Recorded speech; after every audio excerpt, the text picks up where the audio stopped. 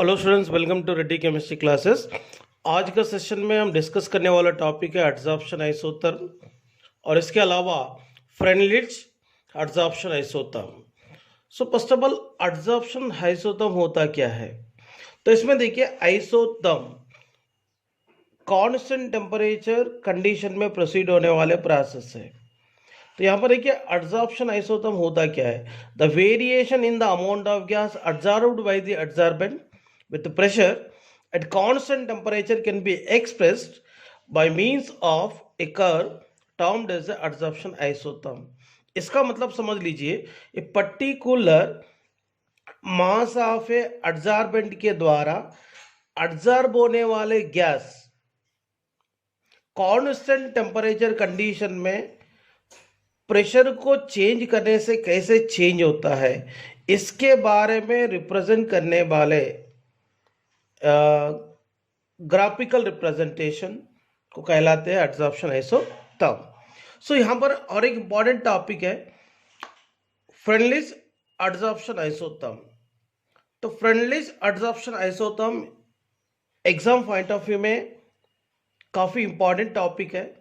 ये Freundlich adsorption isotherm क्या information दिया है, क्या स्टेटमेंट दिया है, अपन पढ़ते हैं। तो यहाँ पर देखिए, Freundlich in 1909 gave an empirical relationship between the quantity of gas absorbed by unit mass of solid adsorbent and pressure at particular temperature। particular temperature में solid adsorbent के द्वारा unit mass रहने वाले solid adsorbent के द्वारा कितना quantity of gas absorb हुआ है, एंड वो एब्जॉर्बेंट के द्वारा एब्जॉर्ब होने वाले गैस की जो क्वांटिटी एक कांस्टेंट टेम्परेचर कंडीशन में प्रेशर को चेंज करने से कैसे चेंज होता है, इसके बारे में इंफॉर्मेशन अपने को फ्रेंडलिच एडजॉर्प्शन आइसोथर्म में मिल जाता है। और इसको समझने के लिए उन्हें एक इक्वेशन दिया है, और इक्वेशन और इसके अलावा ग्राफिकल रिप्रेजेंटेशन के द्वारा अपन डिस्कस करेंगे। डिस्कस करने के पहले मैं और एक चीज समझाना चाहता हूं। ये Freundlich adsorption isotherm physical adsorption के लिए एप्लीकेबल है, फिजिकल एडजॉर्प्शन के लिए एप्लीकेबल है, केमिकल एडजॉर्प्शन के लिए एप्लीकेबल नहीं है। और यहाँ पे और एक बात समझना है, ये मल्टी लेयर फॉर्म में रहा तो ये एप्लीकेबल नहीं होता है। ये adsorption only single layer form में रहने वाले फिजिकल एडजॉर्प्शन के लिए एप्लीकेबल होता है। तो यहाँ पे कन्फ्यूजन होने की गरज नहीं है। Physical adsorption multi molecular layer को डेवलप करेंगे, मगर मैं ये बोलना चाह रहा हूँ ये मल्टी मॉलिक्यूलर लेयर के लिए एप्लीकेबल नहीं है। फिजिकल एडजॉर्प्शन में होने वाले only single layer unimolecular layer के लिए एप्लीकेबल होता है। ये दो पॉइंट क्लियर करना है। Freundlich adsorption isotherm physical adsorption के लिए एप्लीकेबल है। तो फिजिकल एडजॉर्प्शन में स्पेशली यूनिमॉलिक्यूलर लेयर रहा तो ही ये एप्लीकेबल होता है। ये दोनों कंडीशन पे थोड़ा ध्यान देना चाहिए। सो देखते हैं ये फ्रेंडलिच एडजॉर्प्शन आइसोथर्म की इक्वेशन क्या है। यहां पर देखिए, फ्रेंडलिच एडजॉर्प्शन आइसोथर्म की इक्वेशन है, that is x by m is equal to k into P to the power of 1 by n। यहां पर x क्या होता है? x is the mass of the gas absorb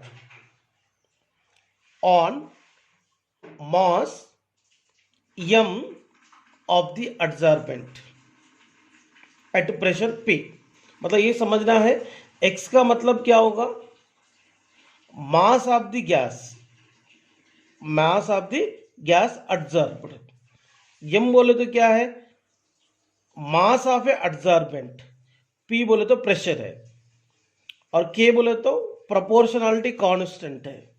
n, k और n दोनों भी नेचर ऑफ द एब्जॉर्बेंट और absorbent के ऊपर डिपेंड करता है। तो यहाँ पर x by M is equal to k into P to the power of 1 by n। यहाँ पे फ्रेंडलीज एडजॉर्प्शन आइसोथर्म अप्लीकेबल होना रहा तो यहाँ पे n की वैल्यू 1 से ज़्यादा होना चाहिए। अगर n की वैल्यू 1 से अगर ज़्यादा होंगे तो इसमें x/m की वैल्यू हमेशा प्रेशर को प्रोपोर्शनल रहता है। इसका मतलब m मास रहने वाले एडजॉर्बेंट के द्वारा एडजॉर्ब होने वाले मास ऑफ ए गैस की जो क्वांटिटी है तो प्रेशर को बढ़ाने से बढ़ता है। ये चीज़ को अपन एक ग्राफ के द्वारा समझेंगे और इसका पूरा इंफॉर्मेशन अपने को पता चल जाएंगे। इसमें देखिए एक्स एक्सिस पे प्रेशर लिए और वाई एक्सिस पे x/m लिए। यहाँ पर एक बात समझने की कोशिश कीजिए। यहाँ पर तो जैसे जैसे प्रेशर को बढ़ाते जाते हैं वैसे x/m की वैल्यू भी बढ़ता है। इसका मतलब यहाँ पर क्या होगा, m मास रहने वाले एडजॉर्बेंट के द्वारा एडजॉर्ब होने वाले गैस की जो क्वांटिटी है वो बढ़ते जा रहा है। देखिए ये बढ़ते जा रहा है, मतलब लोअर प्रेशर कंडीशन में x/m एंड प्रेशर के बीच में रहने वाले जो ग्राफ को अगर देखेंगे तो इसमें स्ट्रेट लाइन दिख रहा है। क्या दिख रहा है? स्ट्रेट लाइन दिख रहा है। देखिए यहां पर एक बात याद रखना, पहला कंडीशन में एट लो प्रेशर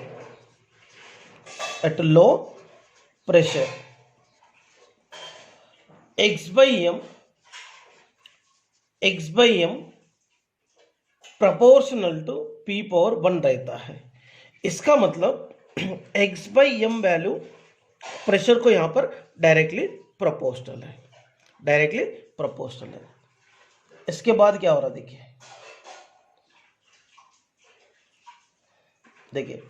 ये पॉइंट से लेकर ये पॉइंट तक थोड़ा ऑब्जर्वेशन करो। ये मॉडरेट प्रेशर हो गई। देखो एट लो प्रेशर है, ये वाला क्या रिप्रेजेंट कर रहा है? At moderate pressure. Second condition देखिए at moderate pressure x/m proportional to p⁻1/n रहता है। और नेक्स्ट वन, ये एरिया देखिए एट हाई प्रेशर में क्या हो गए, x/m की वैल्यू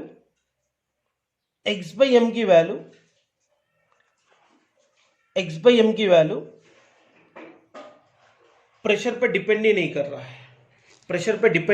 रहा है। इसका मतलब यहां पे समझ लीजिए x/m की वैल्यू बढ़ते प्रेशर को बढ़ाने से बढ़ते इसका मैक्सिमम वैल्यू रीच हो गए। मैक्सिमम वैल्यू रीच होने के बाद ये x/m की वैल्यू बढ़ना स्टॉप हो गए। इसका मतलब हाई प्रेशर कंडीशन में m मास ऑफ एडजॉर्बेंट के द्वारा एडजॉर्ब होने वाले गैस की जो क्वांटिटी है वो प्रेशर पे इंडिपेंडेंट रहता है। इसलिए यहां पर x/m प्रोपोर्शनल टू p⁻0 लिखे हैं। तीसरा कंडीशन देखिए at high pressure x/m proportional to p⁻0। x/m proportional to क्या हो गया? p⁻0 हो गए। x/m वैल्यू p के ऊपर डिपेंड ही नहीं कर रहा है, प्रेशर के ऊपर डिपेंड ही नहीं कर रहा है। इसीलिए यहां पर हाई प्रेशर कंडीशन में देखिए, यहां पे ये ग्राफ को ऑब्जर्वेशन करो, ये कंप्लीटली कैसा दिख रहा है?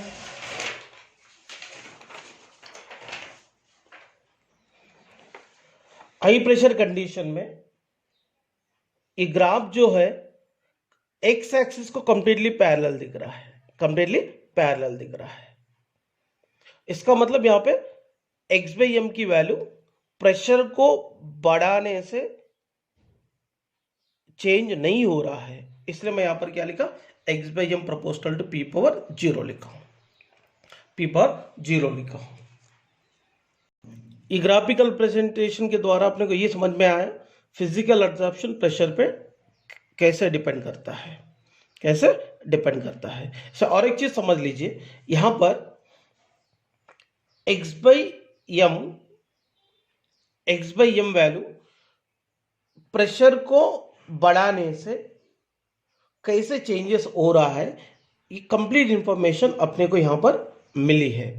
और इसमें एक बात याद रखना, ये पी के पावर में रहने वाले जो वैल्यू है 0 to 1 के बीच में रहता है, 0 to 1 के बीच में रहता है, 0 to 1 के बीच में। फिजिकल एब्जॉर्प्शन 2 पैरामीटर पे डिपेंड करता है, एक टेम्परेचर है, दूसरा प्रेशर है। तो ऑलरेडी अपन प्रेशर के थ्रू कैसे चेंज होता डिस्कस करें क्लियरली। तो सेम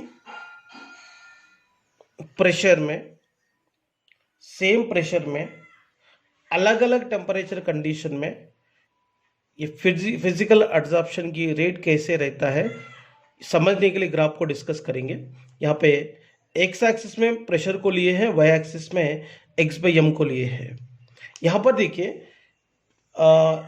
एम मास रहने वाला एड्सॉर्बेंट के द्वारा एड्सॉर्ब होने वाले x mass of a gas की जो क्वांटिटी 195 केल्विन टेम्परेचर में ज़्यादा है, मतलब लोअर टेम्परेचर में रेट ऑफ एब्जॉर्प्शन यहाँ पर ज़्यादा है, बट इसको टेम्परेचर को बढ़ाने के बाद रेट ऑफ एब्जॉर्प्शन कम हो गए, मतलब 195 केल्विन से 244 केल्विन में देखा गया तो रेट ऑफ एब्जॉर्प्शन कम हो चुका है, एक्स बाई एम वैल्यू कम हो चुका है।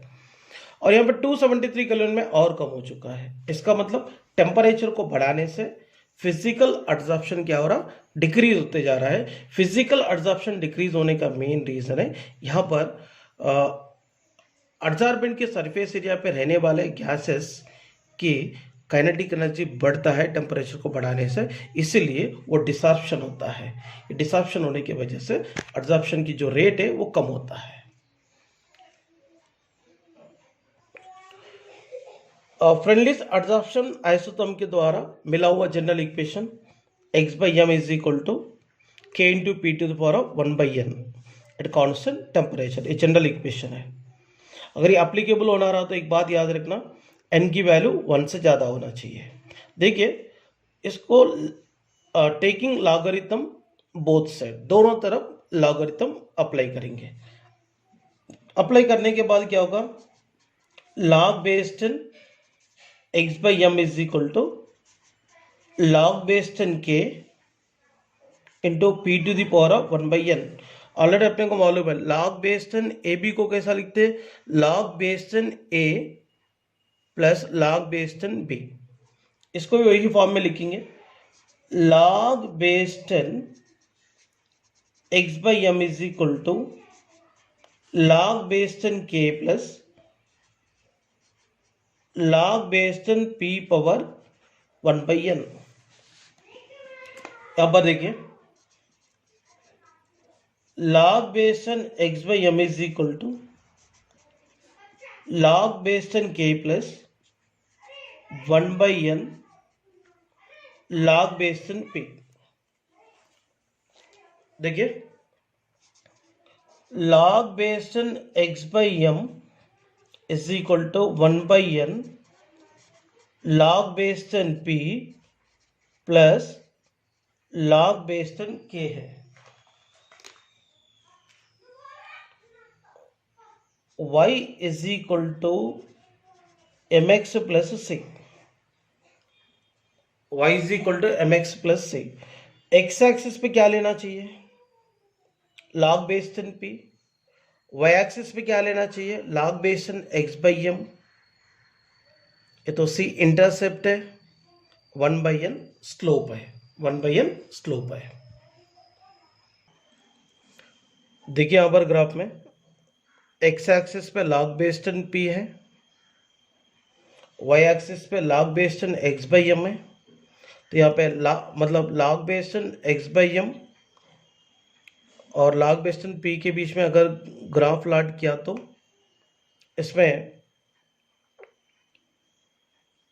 स्ट्रेट लाइन अगर मिले तो ही पेनलिस एडजॉर्प्शन आइसोथर्म एप्लीकेबल होता है। और इसमें देखिए इंटरसेप्ट लॉग बेस्ड ऑन के है, इसलिए यहाँ पर ये लाइन दिख रहा है, मैंने यहाँ पर ड्रा किया था। देखिए प्लीज, इंटरसेप्ट होने के इंटरसेप्ट वैल्यू यहाँ पर है, इसलिए अपने को ऐसा रिप्रेजेंट करना पड़ा। ये ग्राफ में देखिए log based on X by M और लॉग बेस्ड ऑन पी के बीच में अगर ग्राफ को यहाँ पर प्लॉट करने के बाद एक स्ट्रेट लाइन मिली है, तो स्ट्रेट लाइन को मैंने यहाँ पे एरिया से दिखाने का मेन रीज़न है यहाँ पर इंटरसेप्ट लॉग बेस्ड ऑन के है। और यहाँ पर ये स्ट्रेट लाइन ड्रा करने का अपने को जो स्लोप मिला है 1/n, और ये ग्राफिकल रिप्रेजेंटेशन के बेस पे भी क्वेश्चन आते हैं, इसलिए थोड़ा केयरफुली ये टॉपिक को रीड करो। इसमें रहने वाले जो स्लोप की वैल्यू 1/n की जो वैल्यू है 0 to 1 के बीच में रहता है, 0 to 1 के बीच में रहता है।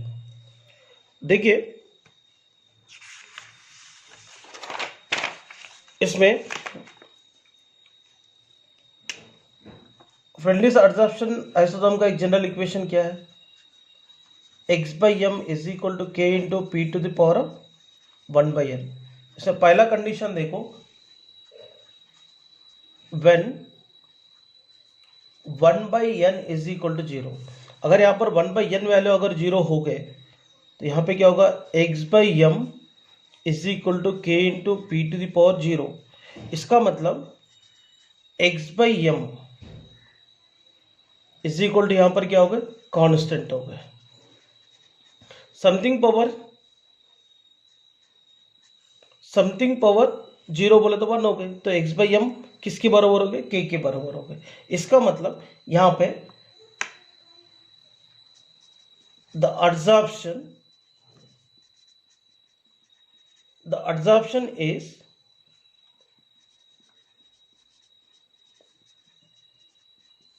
independent of pressure। second case, when 1/n value अगर 1 हो गए तो x by M is equal to K into P to the power 1। तो यहाँ पर x by M value p को डायरेक्टली प्रोपोर्शनल है। इसका मतलब यहाँ पर adsorption, rate of adsorption directly pressure को प्रोपोर्शनल है। तो जितना ज़्यादा प्रेशर बढ़ाएंगे उतना ज़्यादा एडजॉर्प्शन भी बढ़ते जाता है। ये दो कंडीशन यहाँ पर मैंने एक्सप्लेनेशन किया हूँ।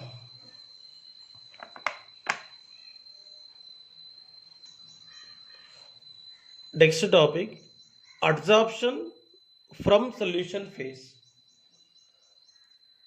Solid can adsorb solute from solution also. देखिए एक वेसल में वाटर लेंगे, वाटर को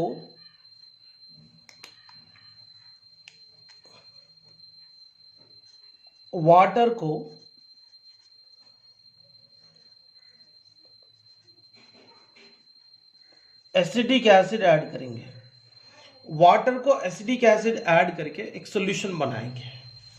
सॉल्यूशन बनाने के बाद इस सॉल्यूशन में क्या करेंगे, चारकोल को रखेंगे।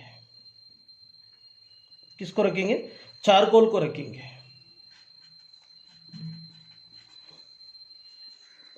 ये चारकोल को रख के इस सॉल्यूशन को क्या करेंगे, शेकिंग करेंगे। तो शेकिंग करने के बाद क्या होगा, ये चारकोल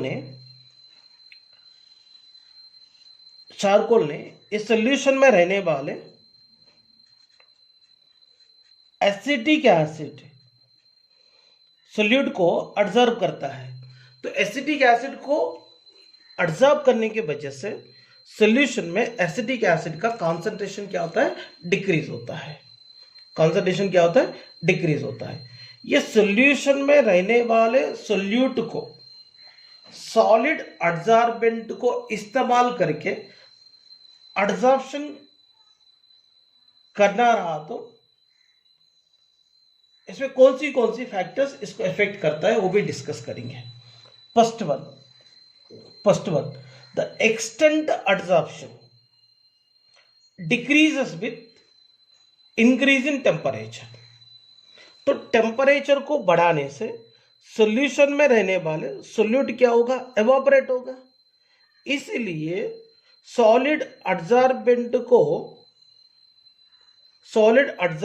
को लेस क्वांटिटी में सोल्यूट अवेलेबल होता है, इसलिए वहां पर एडजॉर्प्शन की जो रेट है वो कम होता है। इवन एडजॉर्ब्ड पार्टिकल भी मिसिंग हो सकता है, इसीलिए टेम्परेचर को बढ़ाने से सॉल्यूशन फेज में भी एडजॉर्प्शन की जो रेट है वो कम होता है।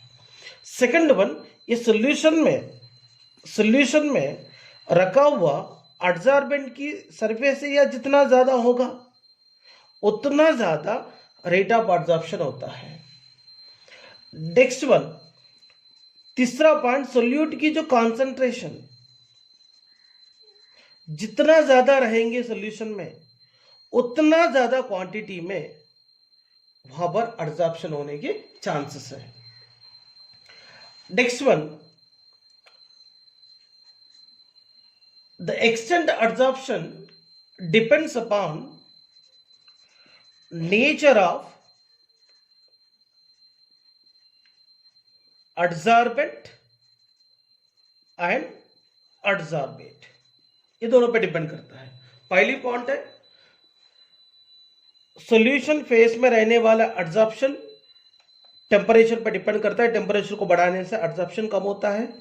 सेकंड वन, सॉल्यूशन में जितना ज्यादा सरफेस एरिया रहने वाले एडजॉर्बेंट को रखते हैं उतना ज्यादा एडजॉर्प्शन होगा, और सॉल्यूशन में सोल्यूट की कॉन्सेंट्रेशन जितना ज्यादा होंगे उतना ज्यादा एडजॉर्प्शन होंगे।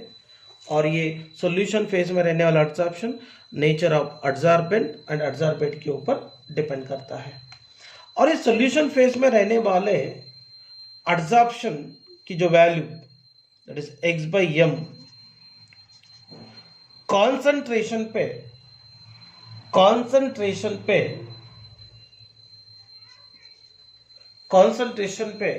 डिपेंड कैसे करता है, इसको बताने के लिए यहां पर एक इक्वेशन है that is x/m proportional to c to the power 1/n। इसको अपन ऐसा भी लिख सकते हैं, x/m is equal to k into c to the power of 1/n। यहां पर देखिए m बोले तो क्या है, mass of a adsorbent, x बोले तो mass of a gas adsorbed, k proportionality constant, और n भी डिपेंड n किसके ऊपर डिपेंड करता है, nature of adsorbent and adsorbent के ऊपर, c बोले तो concentration of the solute in the solution, concentration of the solution है। सो देखेंगे इसको अपन ये भी बोल सकते हैं इक्विलिब्रियम कॉन्सेंट्रेशन बोल सकते हैं। फ्रेंड्स, एडजॉर्प्शन ऐसा होता है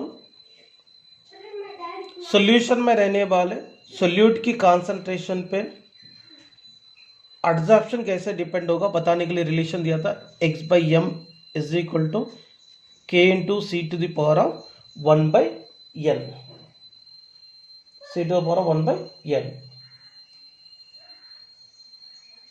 ये भी कांस्टेंट टेम्परेचर कंडीशन में है। देखिए, taking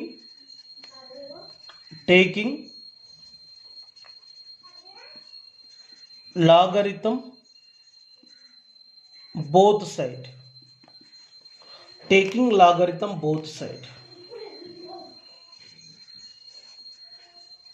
log base on x/m is equal to log base on k into c to the power of 1/n, log base on x/m is equal to log base on k plus log base on c to the power of 1/n,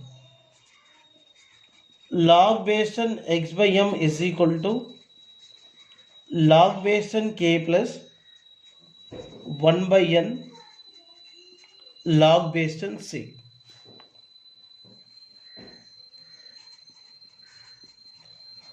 Log based on x by m is equal to 1/n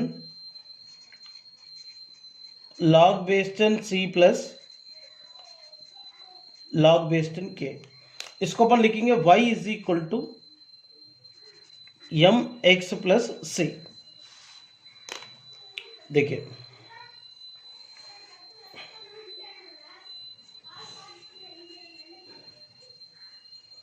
x axis है वाला Y axis है. सो देखिए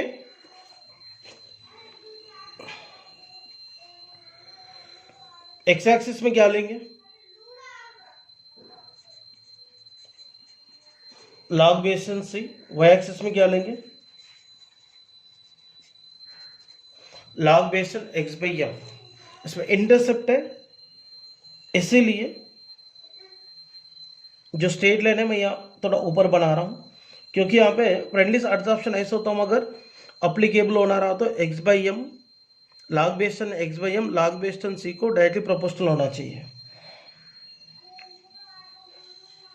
देखिए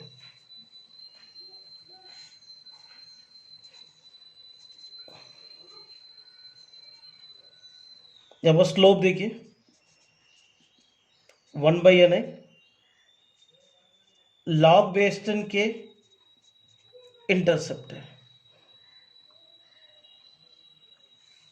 देखो log based on X by M and log based on C के बीच में graph अगर प्लॉट करेंगे तो इंटरसेप्ट मिलेंगे लॉग बेस्ड ऑन के और स्लोप मिलेंगे 1/n. अपने को मालूम है 1/n की जो वैल्यू है 0 से लेकर 1 तक रहेंगे, 0 से लेकर 1 तक रहेंगे. वो डिपेंड करता है 1/n की वैल्यू 0 to 1, ये 1/n की वैल्यू से डिपेंड होता है x by M value c को डायरेक्टली प्रोपोर्शनल रहता है क्या, इंडिपेंडेंट रहता है क्या. ये पूरा इंफॉर्मेशन है फ्रेंडलीज एडजॉर्प्शन आइसोथर्मल का. Applications of adsorption. First of all देखिए production of high vacuum. Vacuum में रहने वाले traces amount of the gas को एब्जॉर्ब करने के लिए चारकोल को इस्तेमाल करते हैं. चारकोल के द्वारा वैक्यूम में रहने वाले traces amount of the gas को रिमूव करके हाई वैक्यूम को प्रोड्यूस करने के लिए काम में आते हैं. इवन गैस मास्क में भी एब्जॉर्प्शन प्रोसेस होता है, क्योंकि कोल माइंस में काम करने वाले जो लोग हैं तो पॉइजनस गैस से बचने के लिए गैस मास्क को यूज़ करते हैं. ये गैस मास्क क्या करता है, पॉइजनस गैस को एब्जॉर्ब करता है. Next one, the humidity control करने के लिए भी यूज़ करते हैं.